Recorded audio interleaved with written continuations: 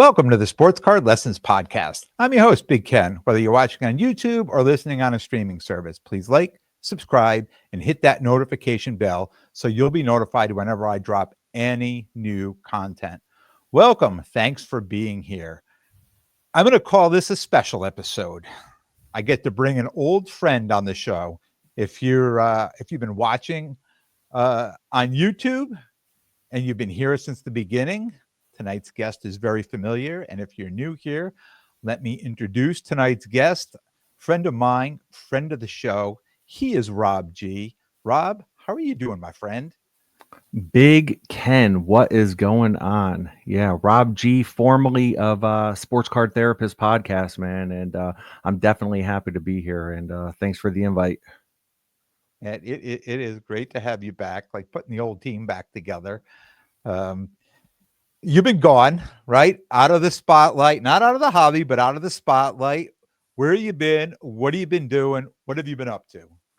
Yeah, so definitely been up to a lot. I'm definitely looking forward to, really talking cards with you and jumping into everything you've been doing because, I follow your podcast and, so can't wait to, talk about all your hobby currency, my hobby currency, all that good stuff. But yeah, I'll just, quickly jump in and say, I just want to give a shout out and an apology to any of my old listeners if they happen to catch this, because I abruptly stopped my podcast just about 2 years ago. We're coming up on like the 2-year mark right now. So when I just abruptly stopped my podcast, my plan was to take a week off and jump right back in. Right. And, I ended up going all in on a few rare Eli Mannings that were up for auction back in 2023 and ended up being a non-payer on them. And so I apologize to the listeners and the people in the hobby for that. And my plan was to jump right back into my podcast after taking a week off. But what happened was like I took time off and 1 week turned into 2 weeks. And in that time, of it being 2 weeks, I just felt this enormous weight lifting off my shoulder. And, the Sports Card Therapist podcast and the brand, it became like a runaway train for me. And that's like the simplest way I can describe it. It was taking over my life. It was 2 or 3 episodes a week. Plus I would guest on people's shows, sponsorships. And don't get me wrong, that was everything I had worked toward. That was everything I had wanted at that time. But when I took a step back, I realized how much of my life the hobby and the podcast had taken over. So I just never returned with my podcast and I never returned to Instagram.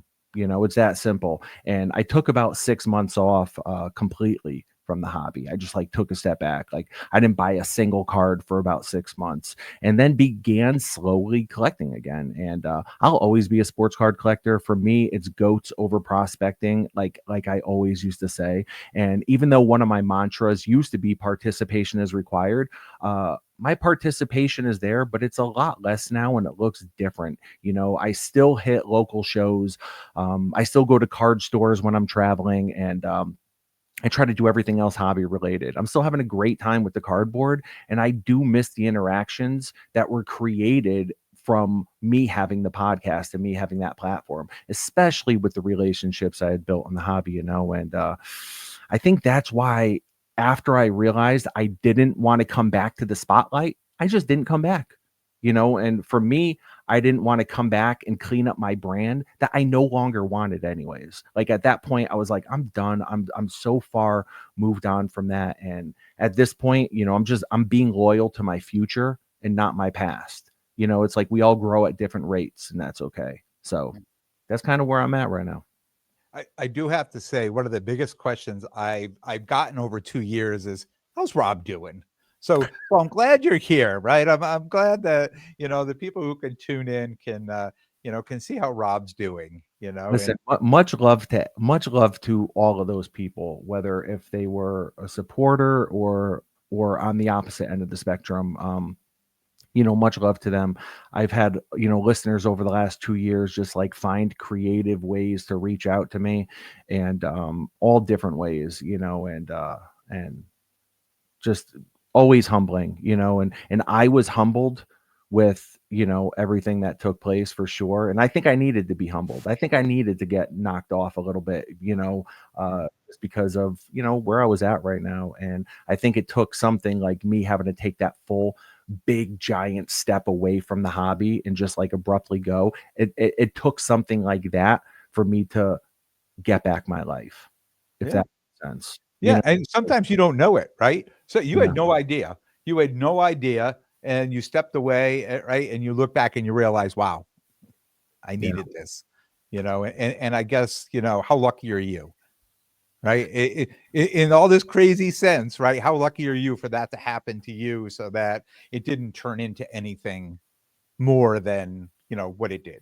Yeah. And you know what? I could remember too. I could remember you would say little things to me like, yeah, man, I'm going, you know, I'm going here and I'm going there. And it's easy for me because my kids are grown. You have two young kids. And never did you say it in a way like you're like, wow, Rob, I can't believe you're leaving your family for the weekend and stuff like that. But like those little things, like I would hear them, but they wouldn't like fully sink in because I was still a very active in my family life and stuff. But I think it took stepping away to realize how much more active I could have been. Mhm. Because think about it, we were going to shows every weekend. You and I, we were traveling together. We were, you know, driving together, setting up together, doing podcasts together, doing Yeah. lives together. We were, you know, and it was amazing. It was I, amazing. you, You know, you're you still are describing my life right now. exactly. I know. And the great thing is, like, you're retired or semi-retired. Yeah. You know what I mean? And so you know you can do those things, and that's amazing. And a tiny part of me envies it, but I've also been there, done that, bought the T-shirt, so I think I'm good. Like, Yeah. you know, like I see you, I see other podcasts, I see, you know, doing great, and I'm like, that's awesome. That is Yeah. awesome. You know, I'm just I root for everyone in that regard. Yeah. Yeah. And it's interesting to be like when you get to the other side, right? And that's like one of the questions I have for you. Like, do you still follow all the content? And do you like? I'm sure you miss it. Like, I'm sure there's part of you that say, like, I miss it, but I'm happy where I am now. But Yeah. on the other side, do you find yourself like really listening to the content, or are you very specific about what you're No. listening to now? Yeah, no, I don't really listen to any content, and I Yeah. really haven't since Yeah. I left, except for yours. Yeah. And I'm not a faithful listener of yours because you crank out episodes. You crank them out and you continue to crank them out. I mean, you're on season 7 right now, man. So I should have my plan when we started this tonight, the first thing I wanted to say was just congratulations on you and how all the success that you've had with your show and stuff like that because you've kept it going for longer than I have, and I've been away from, like, you know, the podcast and stuff. I've been away from it for almost as long as I was doing it. So I was doing it. I don't know the exact dates and stuff. I want to say like 2.5 years I was doing it, the podcast, and it grew pretty big. And now I've been away for coming up on 2 years. So, Yeah. you know, it's like, and you weren't far behind me. I think you were about a year behind me, but you just kept going. So you've lapped me twice, three Yeah. times. Yeah. And And it's and I amazing. And I know it's a passion of yours. And so yeah, yeah, and I have to thank you because you're the one that brought me into this. Right? I mean, you go all the way back to the very beginning, back 2019. Hey, do you collect sports cards, right? And that got me back. Of course, I do, and got me right back I into it. randomly shot you a text, and I'm like, because we worked together Yeah, and we were in the same fantasy league. And I'm like, yeah, okay, you know what? I haven't narrowed down. He likes sports. Okay. So I'm like, do you collect sports cards? And you're like, yes. And I'm like, well, I'm going to the National in 2 weeks. Do you want to come? And you're like, I can't come, but it sounds really cool. But we should get together when you get yeah, back. yeah, And then that's just kind of how it started from there. yeah, And I can remember, you know, because you and I, we would drive together to, you know, New York, New Jersey, all these shows together. And I could remember it was probably like 6 in the morning because we would meet at what, 5 a.m., 5:30, whatever. So it's yeah, like 6 a.m. The sun is barely up. We're approaching the George Washington Bridge, crossing over into New Jersey, and I could remember us having the conversation about, you starting a podcast and like, what would that look like? What would that sound like? What would your goal be? And you're like, listen, I've always been a teacher. I've always loved, teaching and through teaching, that's how we learn, right? It's like repetition is the father of learning. So it's like the more you repeat things you already know, that's truly how you become immersed in it. And it's like, yeah, man, you're a teacher. So Yep. sports car lessons only make sense. That's where it was born. As the sun was coming up over the GW bridge. Listen, and I remember it like it was yesterday. I promise you, I remember it like it was yesterday, Yeah. because we took, yeah, it was just great time, man. The conversations we had about the hobby, about life, about children, about everything, and those car rides. Those are the things I miss the most. Yeah. Those are the things. Yeah. You know what I mean? The interactions with the people, the interactions that I've had, with you, with Craig, with, Nate, with Matt, 1956 Hopscotch, like all these like great conversations about cards and collecting. That's the stuff I think I miss the most. Yeah. Yeah. And if you're in the hobby, if you're doing this, I mean, you want to be doing that, right? And if you can, if your life can see to that, and at some point you will. I mean, your kids are going to be grown up, and you're going to be able to, take your kids to card shows and things like that, right? Yeah. So it's just all in due time. Yeah. Um, one of the episodes you were famous for was, participation is required, right? So I think it's important for other people to hear from people who hobby from behind the scenes, where your participation now, which what you described before, your participation now looks much different than others that are in the hobby, but as equally successful, right? So just talk a little bit about, what your journey kind of has been hobbying, more behind the scenes than out in the spotlight. Yeah. Yeah. Well, first of all, I think that most listeners right now, that's you probably described them to a T. Most listeners are, kind of behind the scenes collecting. A lot of people are on Instagram, they're on X, maybe YouTube, but there's a lot of people. I know I had a lot of listeners that they weren't on social media at all. Mhm. So they weren't on social media at all, and they just had incredible collections because they were really connected to that cardboard. And my entire life up until right this very moment, nostalgia has always been at the heart of my collecting. Right. It's always been there because for me, it's not just about the cardboard, with stats and pictures, it's like for me, they're time machines. So even when I'm buying a modern player, right? Even when I buy someone like LeBron or Curry or Kobe, which I don't very often at all. LeBron is really my most modern lane that I'm in. But even when I buy them because I only buy them once they're nostalgic for me. I buy a player once he becomes nostalgic for me. It's so crazy. And I think that's what's kept me out of like really like testing my boundaries with prospecting, because for me, the idea that I could buy a card for 100 and possibly sell it for 300 in a few months doesn't really move the needle for me. You know what I mean? So when I buy cards, I don't want to say never, but 99% of the cards that I buy, it's never with the intention to flip. Now, don't get me wrong.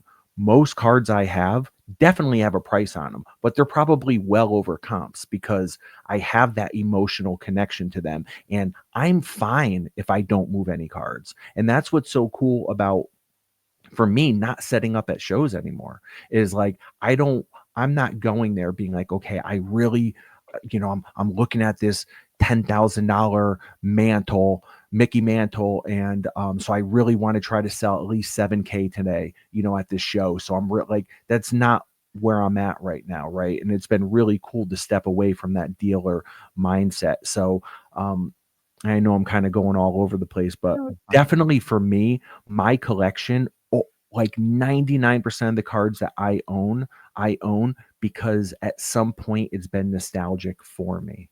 Mhm. And I'll explain that as I, show a couple cards and stuff that I have that I've, either held on to or that I purchased recently, and I can give you kind of the rationale of my thinking as to why this has been added to my PC. Yeah. We're going to jump right into that. I just want to make a comment on that. And it's interesting you should say that, because I find too, like sometimes I bring cards to shows that I'm going to a show. So I bring the card, where if I wasn't going to the show, it wouldn't be a card I would immediately put on Facebook or put on eBay or send to consignment or things like that. It would probably be more of a card that I say, yeah, I like this card, I might want to hold on to it. But then I go to a show and I'm like, well, I'm going to the show, I might as well bring all my cards, right? And of course, everything has a price on it. And sometimes I sell some of those cards, and then I'm like, man, why did I bring that to the show? I would have. You know what? I could remember when we were setting up, I would tell you, always bring your cards. Yeah. Always bring them all. Don't leave anything at home, because, and I would say, throw an insane price tag on it. Worst case scenario, all people are going to do is balk at the price and keep moving. I've never had an issue with that. And I always talked about, when I was setting up, I would always put my favorite or the hottest cards in the bottom row. The bottom row is always the heat. But the thing is, the bottom row is usually PC, and it was usually there for show. Yeah. Yeah. More of a museum piece. Yeah, for sure. So that's why, like one of the greatest things about the National, for me, especially being, like in that vintage lane, is it's like a museum. There's a lot of tables out there that guys are paying $5,000 for their booth for the weekend, and they have no problem not selling anything. They're busting out their collection out of a safe, or out of storage, out of wherever it is, out of their closet, and they're bringing it one time a year to show off. And I think that's amazing. I see nothing wrong with that, because if it's really just about buying and selling cards, going to shows, you could stay home and go on eBay. Yeah. Yeah. Just Google them, right? I mean, it's Yeah. more like some of those, it's more like a car show instead of a card show, right?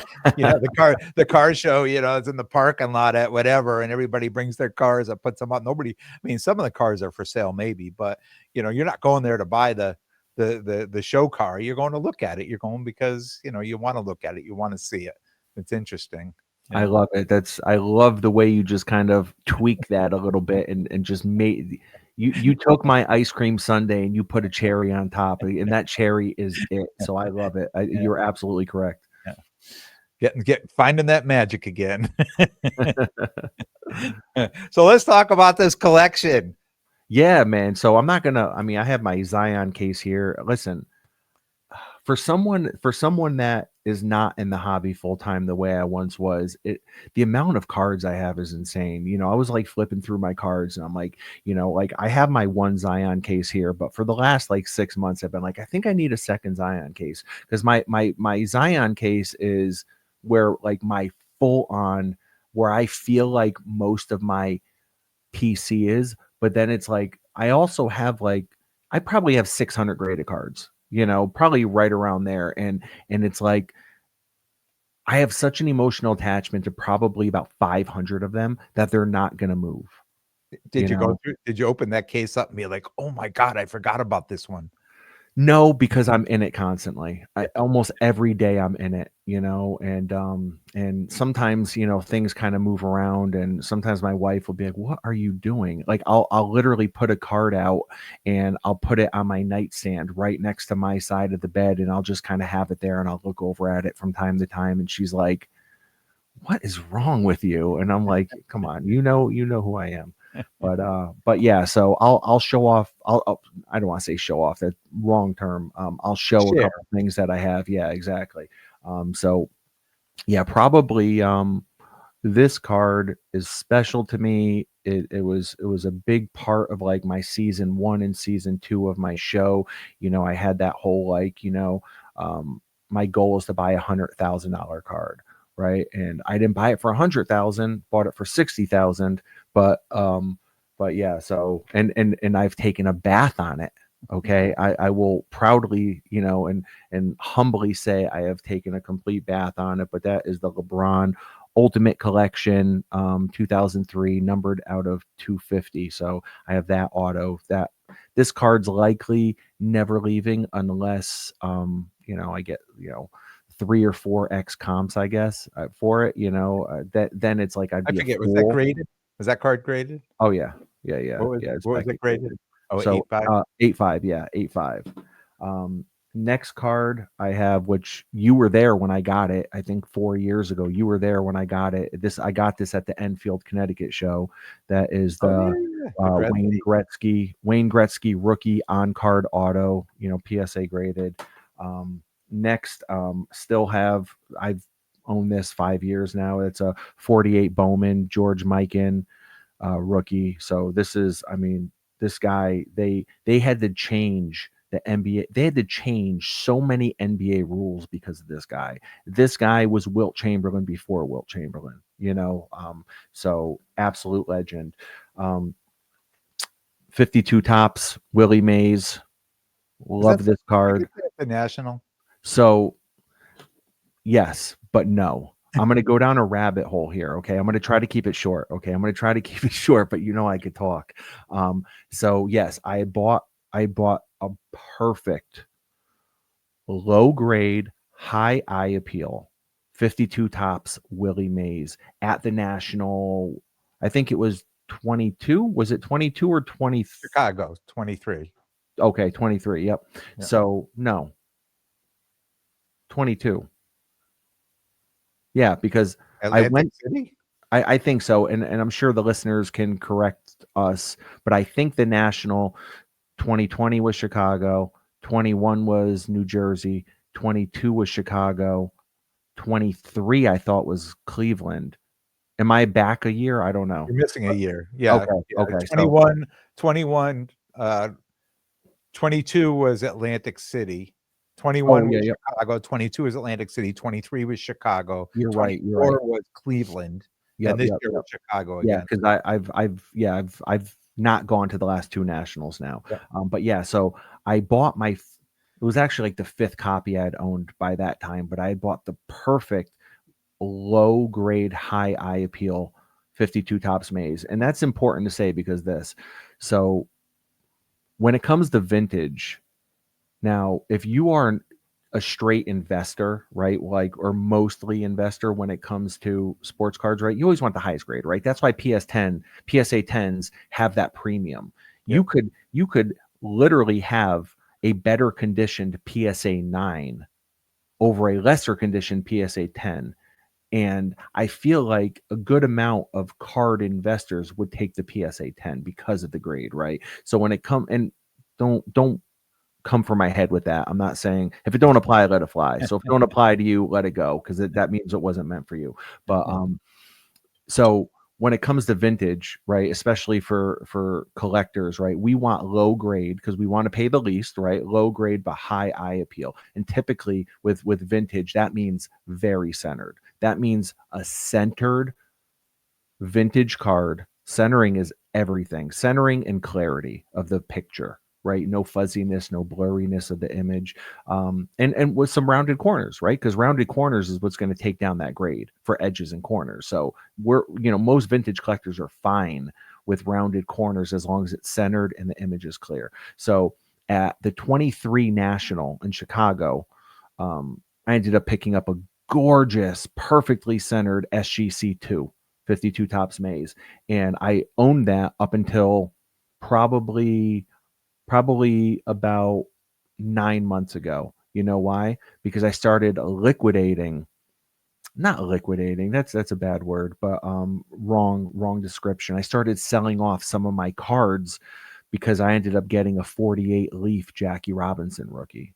And the moment I sold that maze in order to get the leaf Jackie, I immediately regretted it and missed it, to the point where I had never regretted selling a card more than that 52 tops maze. So fast forward just about a month ago, I've been in the market for the last 6 months for the perfect maze. The perfect maze meaning in the price range I wanted to pay, centered, blah, blah, blah. So ended up coming across this. If you look, the centering is like right on the money. It's rounded corners.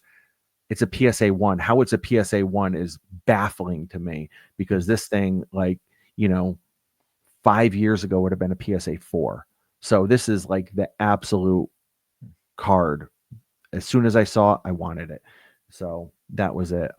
So moving along, I've been kind of dipping and dabbling in the old Cracker Jack cards. I'm not sure how much you know about the Cracker Jack cards. This is a 1915 Cracker Jack, Fritz Mazel, and he played for the Yankees at this time. So that was a big part of the reason why I had bought it. But if you look on the front and the back of it, you can see the sugar stains from the candy, because Yeah. it was actually in the box. And so all 1914 Cracker Jack cards were in the boxes at baseball stadiums. But in 1915, some of the cards were in boxes, and then some came with like this like coupon that you could mail in to, you know, whomever, to Cracker Jack, and then they would mail you a fresh brand new card. So obviously, like, Cracker Jack, like, you'd love the highest grade possible of a Cracker Jack card, but there's something incredible. And I could remember Nate in Cardboard Veritas on my show, more than a few times, talking about just the appeal of the sugar stains on the back of this card. And PSA recognizes that, so they don't mark it with the stain qualifier on the grading.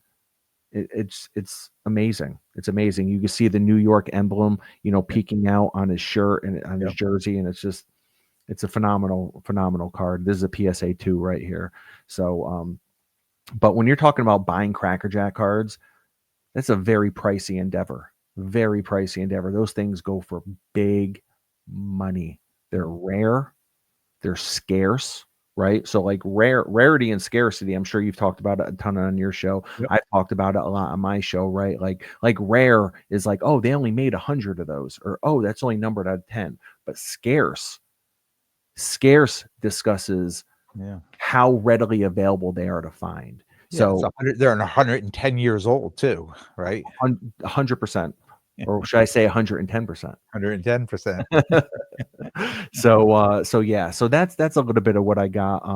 I have so many side PCs. I mean, I have my Giants PC, my Yankees PC. I have my pop culture PC. All stuff I'm looking at. I have my Eli PC. I'll just grab a couple real quick. I have my Eli Flawless patch right here. I have my 2008 Topps Chrome Gold Refractor that he signed in person. Have this, which was actually a gift from someone when I had my show, which is amazing. It's like I didn't even know what to say. People would send me cards, or not saying they sent me a ton of stuff, right? I'm not going to sit there and say that, but this was a gift. And this is a 2000, and I'm not going to say who it was from. He knows who it was from. I don't want to out him for any reason, but this is an amazing card, and it's a 2004 Upper Deck Foundations. It's a dual auto of Eli Manning and Peyton Manning, PSA graded, and that's Eli's rookie year. Yeah. And So, I could see that's the old PSA label too. that's Right? that's the old blue PSA label. Yeah. Yeah. So many other cards I want to show, but we could do that at another time, so we can, keep talking. Yeah. Well, I appreciate you sharing. It's always nice. Like this is one of the things, like even when we used to get in the car to go somewhere, just to open up the case, right, and start pulling cards out. It's just, I feel like we're in the car right now. Yeah. That's what it feels like. That's what it always felt. It always just felt super conversational. And that's why I want to stop showing off my cards, I want to stop showing my cards, because I want to, keep the conversation going. Yeah. Yeah. So your interactions, your deals, you find, and I asked this question thinking of you knowing where your position, where you're hobbying from, but sometimes I find, you go to shows and I'm selling cards and it's hard to get the deal done. And I've talked about this countlessly. Now I went to the West Coast. It was a different type of negotiation out there than the East Coast and here and there and the national and things like that. Right. I really find it easy to put stuff up on eBay and just be like, this is the price, not even an or best offer, nothing. This is the price. And then when it sells, I'm like, all right, I was right. And it doesn't sell. I'm like, oh, I guess I was wrong. Nobody cared about that. Right. But, from, you're buying a Cracker Jack card, you know, Mm. 48 leaf or something like that. I mean, you're not just finding, I mean, you need to search for that. You need to find that. So making those type of deals, how has that been for you? Have you found that to be easy to make, and it sounds like you've sold some cards too to make, to get some funds up to buy a bigger card. Have you found it easy to buy and sell where you're doing it, like whether it's on social media or things like that? Or do you feel like it's a lot more like you're at the show where it's just tough negotiations?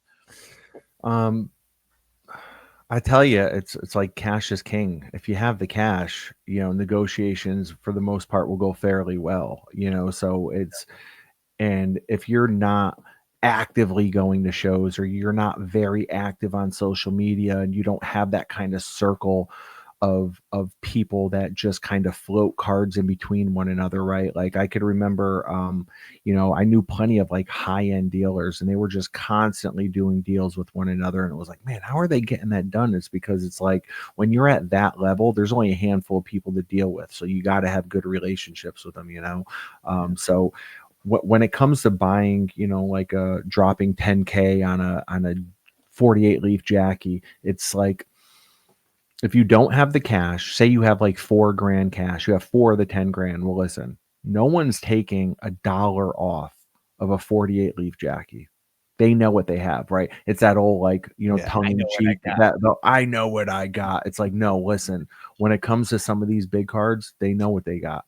When someone has a gorgeous modern Michael Jordan autograph because he only signs through Upper Deck, they know what they got. They know what they got. It's, Jordan autographs are, I don't know if they're rare. They're not scarce. They're out there, but people, when they have them, they know what they got. So it's like cash talks. So I But think, is this like the bottom of your case though when you're doing this? Like let's just, and I'm just going to throw numbers out there, and I don't know because I haven't really dealt in those type of cards, right? But let's just say the comp on this card's a $10,000 card that you have at the bottom of your case, and you just said, hey, if the offer came in right, I'd let it sell, but I'm not going to let it go at the comp. Right, it's got to be over. Do you feel that's the same way when people have these bigger cards like a 48 leaf or this Cracker Jack or cards like that? Are people like, yeah, well, the last one was 10,000, but I'm at 15 firm, or I'm at 12 firm, or I'm something like that because I know what I got, right? Like that type of thing. yeah, I can't speak for everyone, but in my experience, these kinds of cards, 5-figure cards, these deals usually happen in the DMs, right? They usually happen direct messaging with one another, Yeah, and or on Messenger, on Facebook, and the Facebook groups. I know big deals happen at shows too, don't get me wrong, yeah. but yeah, I think, for me, in my experience, most of those big deals, they happen in the DMs. It's a couple of those high end dealers, and it's having people around you and friends, friends in the hobby that know what you're looking for. It's like, oh, you know what? I know who has a 48 Jackie, or oh, you know what? Rob's looking for a 48 Jackie. If anyone knows of anyone, so it's really about having that hobby circle, and knowing, letting people know what you're looking for and what you're in the market for. You know, those big cards at card shows, I don't think much negotiating happens. It's like, that's the price.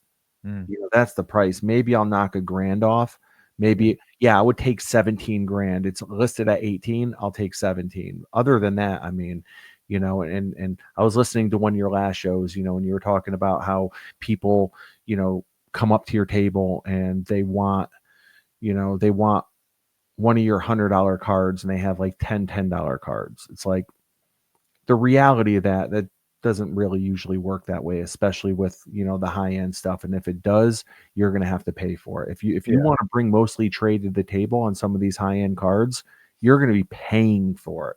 You're going Mhm. to be paying, 120%, 130%, and the stuff you're trading away better be liquid. Yeah. Yeah, and I find too, the people who have the cards that want to move up, and they generally have other cards that are liquid. They have cards that there Oh, yeah. are collectors that are looking for those cards, and it's probably in their best interest to say, let me, like you probably did, right? Let me sell these cards to get this cash and then make the move on the bigger card that I need. Or knowing, like, if somebody's got that card, say, hey, can you hold on to that card, give me like a week or two, let me move some things around or figure something out, like that type of thing. Yeah, it's I don't take big swings. Like, I'll be the first to say I don't take big swings, Are you especially. scarred from Mac Jones? Is that why you don't take big Yeah. swings? Well, I Listen, mean, I had to bring up Mac Jones. yeah, I know you had to, but just so many things in the hobby that I've seen. Like, I always say, it takes a lot for me to want to make 10 or $20 on a card. Like I just can't see. There's a lot of effort. There's risk involved. Like to buy here and flip there for 10 or $20, right? It's just it happens, but it's not the lane that I want to be in, right? Bigger cards can produce, bigger swings, whether up or down. But I don't really put that much risk. I'll put money out for a PC card, and if I find a card that's going to be a PC, I'll overpay on that card because I expect it's going to take a little extra to pry it out of somebody else's hands because it's probably rare or scarce, and it's a desirable card. But a card that I'm putting in my case, whether it could be, like you said, it could be the bottom row, it could be my PC card. But if I do that, like I'd hate myself if I put it in the case and then sold it, after putting all that work and getting the card. So it's when we talk about, and this is why I question you a lot on this, because this is not something I talk a lot about on the podcast, because I don't have that much experience taking big swings, going out and buying a 10K card or a 12K card and then saying, okay, I'm going to drop it on my case and try to flip it or things like that. Well,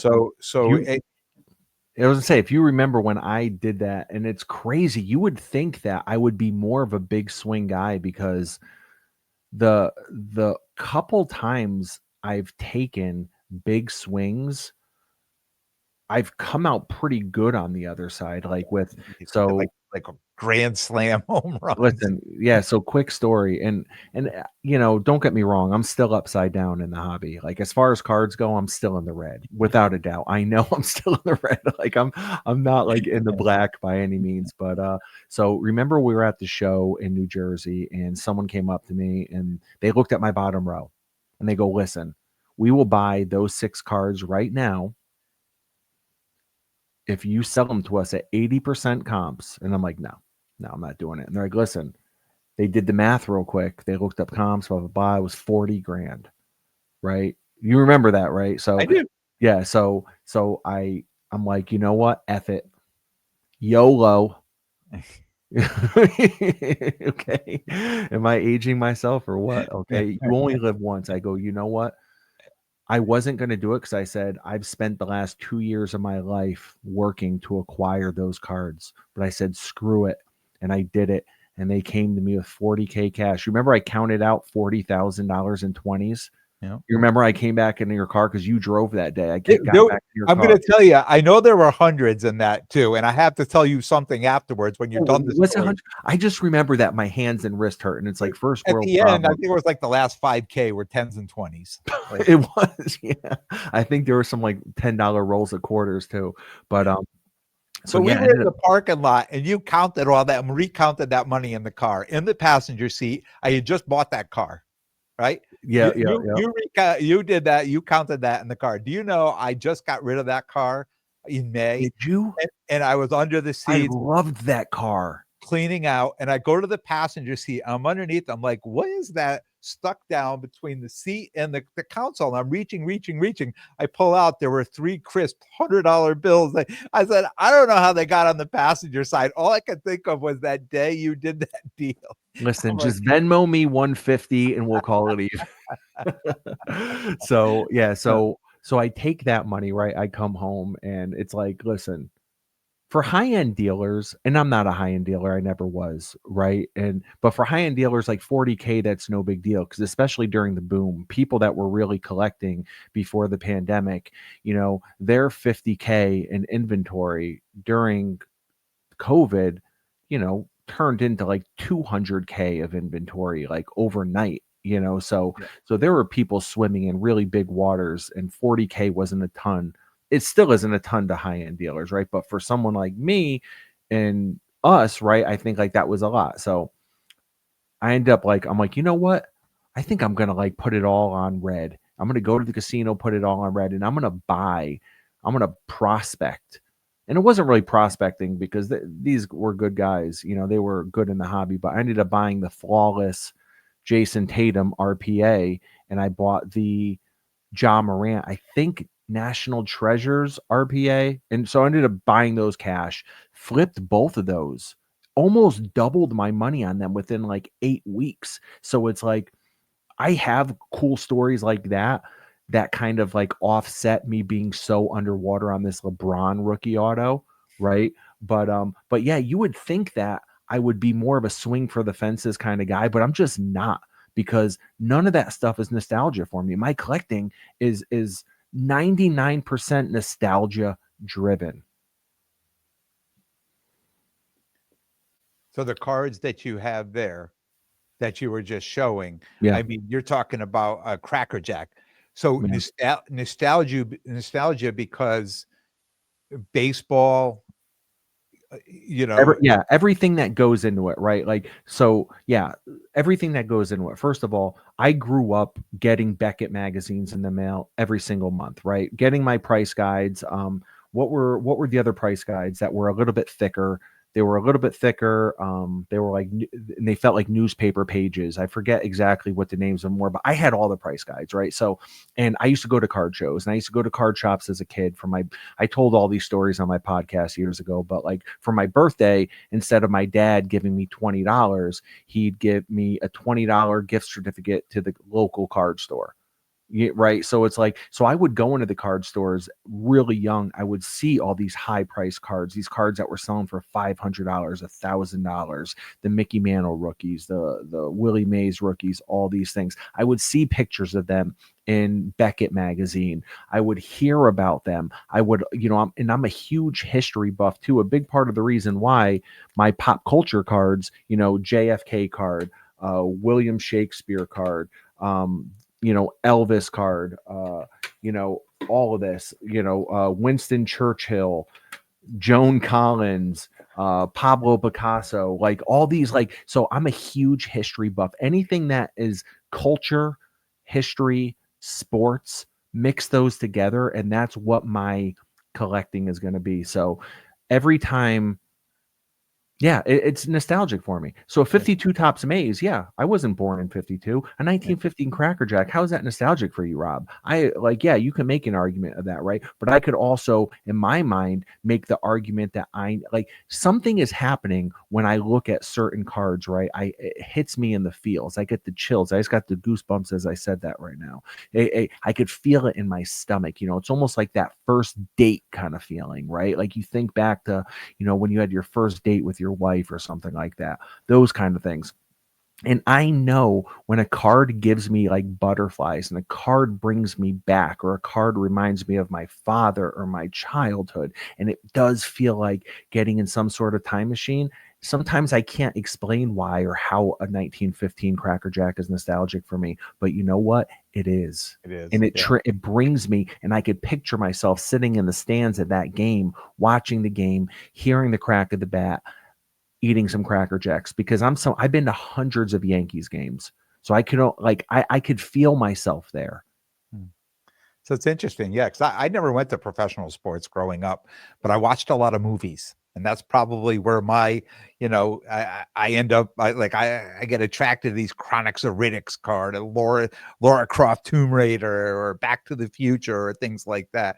Like I love these cards, and even music cards too. Like I get in because music was a thing too growing up. But yeah, you're right. I think we all have this something that we look at certain cards, right? And when you first started setting up, you had all those wrestling cards, remember? Yeah. And people Oh, would yeah. start to walk and they would stop in their track and they'd come back and talk, 82 wrestling, Hulk 82 Hogan Wrestling All-Stars. Yep. and all that stuff, right? So it's something that we grow up on, or something that's programmed in us, or it was a very good time in our life, even though, like you weren't watching those games, but you were watching baseball games, Yeah. so it all becomes the same. Yeah. And perfect. Thank you for setting me up for this, because this is perfect time to show this card. So I PC Hulk Hogan, I PC Mean Gene Okerlund. Mean Gene, he was the commentator for WWF for years, went over to WCW, blah, blah, blah. But a huge part of my childhood, right? So I have this 1985 Topps WWF card. So 1985 Topps, that's the first set that WWF released for cards, right? 1982 Wrestling All-Stars, that was different. That was a different set. That was something that you had to mail in, and then they sent it to you in the mail, the complete set. It always came as a complete set in a little cellophane pack kind of thing.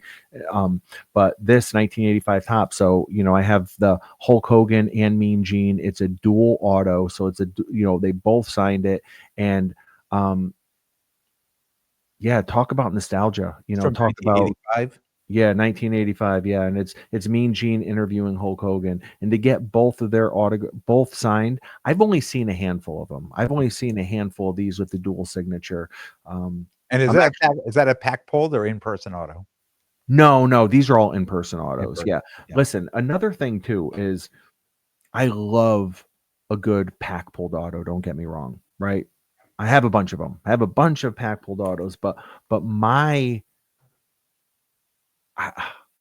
love, my absolute passion is the in-person autos. The in-person autos. I don't even mean the on-card pack pulled. I mean it was pack pulled without an autograph.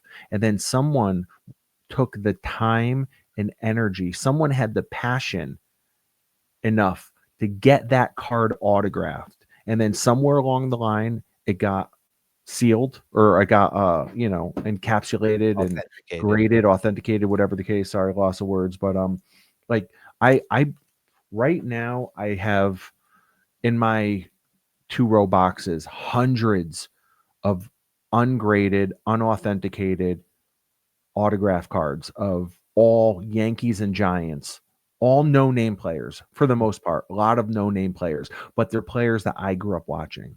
You know what I mean? Yep. And I don't want to say no name because I don't want to like discredit them, but they weren't big names, guys like Steve Balboni, Dave Righetti, Kevin Moss, like all these players that, people beg, unless you're a Yankees fan, it probably doesn't, ring that bell. But yeah, there's something about in-person autographs, and I know they're never going to have the value of a pack pulled auto, but when you see what some of these vintage cards go for, these vintage on card autos, in-person autos go for, because they didn't have them back then. So there were no rookie autos back then. So these cards end up becoming the rookie autos. And I've seen them go for big money. And unfortunately, most of the ones I want are out of my price range. So I collect the things that are super nostalgic for me with my team specific. Hmm. I've been piecing Juju Watkins, and I purchased a basketball, an autographed basketball, and it was fine, just buying it, but I knew she was coming to Fanatics Fest last June, so I went out and I bought the jersey. I bought the USC jersey, and I bought the ticket for the inscription, and I went and stood in line First time I went and stood in line and walked up, and yeah, it was a great experience. She was there with her mother, right? Got to Nice. talk to her and her mother. She's signing, autographing my jersey. And a lot of times when people autograph, a jersey, they autograph inside the number, and I'll send you a picture. Man, I just got this massive autograph on the, and inscription on the whole back of the jersey. Like it was a good day for her. Like there was not many people, that were asking for inscription. They just wanted an autograph, and a lot of people were just showing up at a picture or a card. when I showed up with the jersey, she went all in on it, and it was kind of a special moment. So when you talk about that in-person stuff, I've experienced that, and now whenever I'm going to these shows, I'm looking, I'm like, oh, is there anybody there? I want to get something autographed. Yeah. So, Yeah. And I just want to say one thing, and it's off topic now, but a little while ago you were talking about like PC and overpaying and what are you willing to pay?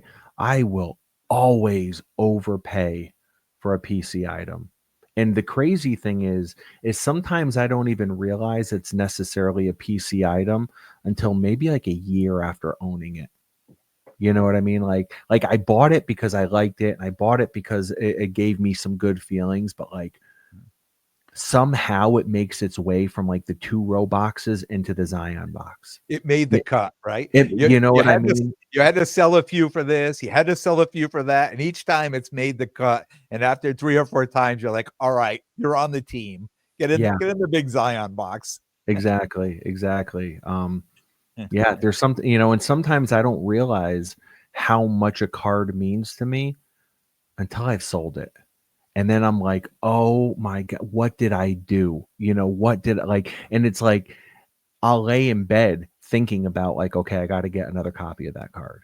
I need another copy of that card, and it needs to check the boxes that it needs to check. And for me, that's another reason why I think that I've just remained for the most part in this vintage lane, is because there are a lot of boxes to check, right? It's like, you look at like modern players, it's like for the most part, the card is the card, and they all come out And for the there's most part the thousands of same. every single one of them, right? Yeah. It's like, what's the difference between a PSA 8 and a PSA 9? Most people can't tell you, but when it comes to It was vintage, cracked 3 times. exactly. Oh my God, exactly. And that's why these population reports, man, the pop counts on them are insane.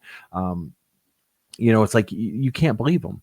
You can't believe them, and especially when it comes to PSA 9s. Like when I look at the pop count on a PSA 9 of any card, in my head, I immediately deduct 25%. I'm like, okay, if like a Jordan, an 86 Fleer Jordan, PSA 9, if the pop count is 5,000, immediately in my head, I'm like, you know what, shave 1,500 copies off of that, because I bet there's been at least that many cracked out and resubmitted with the hopes of it becoming a 10. Because the difference between a 9 and a 10, I mean, in a card like that, and if it comes back a 9, it comes back a 9, right? Yep. Then they just sell it and try for the next one. Yeah. So, all right. So look, kind of a cool question for you that, in person, when I'm out there, I'm at shows, I'm doing all that. I mean, I get a good feel, for the hobby and information and forecasting, from what I see and what I hear. From your position and what you're doing, do you get that same type of information? And if you do or don't, what are some of your thoughts on different sports and players, kind of like a future forecast, like a hobby forecast, like kind of what your thoughts are, where you think the hobby is, kind of going, or players, or we're going to continue to rise? Are we going to dip? To be honest, man, I'm probably not the best person to ask that at the moment. I really have not had my finger on the pulse of the hobby very much for these last 2 years. So that's kind of answering my question, though, like from your position, not really being able to feel if it's because I mean, from where I sit and from where I am, I mean, I just see that line going up and up and up, and I ask everybody, I'm like, what do you think? Where are we going? I mean, if you've been here long enough, this roller coaster rides, sooner or later, you gotta the answer. It sounds like the answer to that. So I was having a conversation with a mutual friend of ours last week, and he's really, really big into the Jordan market now. And I think he just kind of came back into cards within the last year. And I was telling you that I've been talking with him a lot, like on the phone, through text. And it's like, it's almost become like my therapy, my hobby therapy, is like talking to this guy. And he's really getting into like the Jordans. And I'm like, dude, listen, I'm in a couple Jordan groups on Facebook. And from everything I'm seeing, man, like it just feels like we're in a bubble with certain players, right? It feels like, and I'm gonna get crushed for this. So like I just told him, I said, be careful. Yeah. Just be careful because um, I came back in like a ton of us did. I came back in and right in 2020, boom, and 2019, 2020, and I was buying cards on the way up, and I was buying cards at the peak, and even my LeBron auto, that was on its way down, but I was like, these things are so scarce, so Mhm. scarce, I'm gonna buy it. And it was like catching a falling knife, and I caught the knife, and my hand is bleeding, and it's still bleeding now. And I'm fine with it. It's Yeah. like I'm fine with it because I love owning this card, and I have faith in LeBron and the market and everything. I mean, and the thing is too, is it's like, even still owning the card, there's a lot of people that know I still own this LeBron card. 2 days ago, someone reached out to me and they're like, "Hey, what's the magic number on this?" That was what he said. "What's your magic number?" And I said, and I've talked about this before, about what I say to people, like when I'm high on it. You know what my response was? I go, "I'm high on it." Yeah. And he goes, "It's okay. Let's talk. Give me what's your number?" I Yeah. gave him a number. He's like, "Yeah, no." I Yeah. said, "I know. You're high. I know. Yeah, exactly." I'm like, "I'm high on it." He's like, "No, you're high." Yeah. So, Yeah. but yeah, man, it's cards, it's a tricky game, and I think that's why I've always, or for the most part, not always, but I've tried to stick with goats over prospecting, because Babe Ruth isn't going to go out and tear his ACL tomorrow. You Yeah. know what I mean? Like, Willie Mays isn't going to get benched, No. And even when the market dips, that vintage market still stays very strong. It does, but don't get me wrong, because when everything was falling off a cliff in like 22, 23, and everyone's like, "Oh, look at vintage is staying, vintage is so strong." It's like vintage followed suit. The Yeah. prices dropped on vintage too. It just took a little longer than the modern did. Mhm. And I'm not saying it took a nosedive, but the prices dropped for sure. Yeah. And what I was saying to our mutual friend the other day is, I said, "Listen, man, what I do enjoy about watching, like being a spectator of these bubbles and being a spectator of watching like a player's market go really, really high, is it's like you get to really see which cards are the coveted cards." And don't get me wrong, I know if you have your finger on the pulse, if you have your finger on the pulse of the Jordan market, you know which cards are coveted. You don't need a bubble to tell you, right? Yeah. But still, you start to see behaviors. You start to see behaviors with certain cards, and I said, "Listen, there's opportunity, even if this is a bubble, if this is a bubble, and it does pop and prices come down, I still look at Jordan's market as being very stable, just like almost like vintage, Yeah. But when the cards do come down, you can reflect back on what cards skyrocketed and what cards were in super demand, and then when the prices start to normalize, maybe you make a run at it." Yeah, yeah, because I mean, we've been here long enough, and what goes up comes down, what goes down comes back up, right? Yeah, Even on your card, your LeBron card, you're holding that. You're not an idiot. You know that yeah, that card is going to, come back even stronger than it was when you bought it someday. It's just a matter of time when it comes, and I mean that's a lot of what the hobby too is about. Can people withstand that? Can you take that card and you just put it away and say, hey, you know what? That's like an investment, right? I'm just going to wait for that thing to mature. Or you know what? Who cares? Because it's my PC card and it's not going. I didn't plan on selling it anyway. So whether it's worth $1 or $1 million doesn't matter because I'm keeping the card. yeah. Right. Yeah, and that's a great feeling when it comes to, your PC. When it comes to like what to be your personal collection, that's a great feeling that, like, you know what, it doesn't matter. I don't even know what's a comp in that now. I have no idea. What are the comps actually? I don't even know. What was the last one that sold? Oh, cool. Like, it doesn't matter because it's not moving anyways. Yeah, I know somebody asked me at West Coast, the card show that's been following along and knows I have a Trinity Rodman PC and Oh probably yeah. one of the top 1% out there, right? And says, "Hey, what's this, 2021, player of the year What's that going for these days? I'm like, I have no idea. I have zero idea. It could be 2,000, could be 5,000. I said, I have no idea. I said, I haven't even checked. And, I have no intent in selling the cards anytime soon. So it really doesn't matter, and I thought to myself, we were laughing. And I said to him the same thing. Could be worth $1. It could be worth $1 million. I have no idea. Yeah. So, and that's how right, that you just enjoy the card. You enjoy looking at the card. You're glad you have the cards, but you're not checking comps and prices on it every day. Yeah. Yeah. For sure. And right before we wrap up, because I could feel it, and we literally exactly just hit the hour mark, at least on our screen we did. So yeah, great episode you had last week with the hobby currency, and just talking about how I think what a lot of people do when they come back into the hobby, or come to the hobby for the first time, you put what money you put into it the first year or so, and then from there you just tried to kind of make it work, and not always have to keep putting money in. It's like a challenge. It's like stocks, like you said, on your episode. It's like you start to know what are the blue chip stocks, and you start to know what are the risky stocks. Yeah. And it's very much like how card collecting is for a lot of people.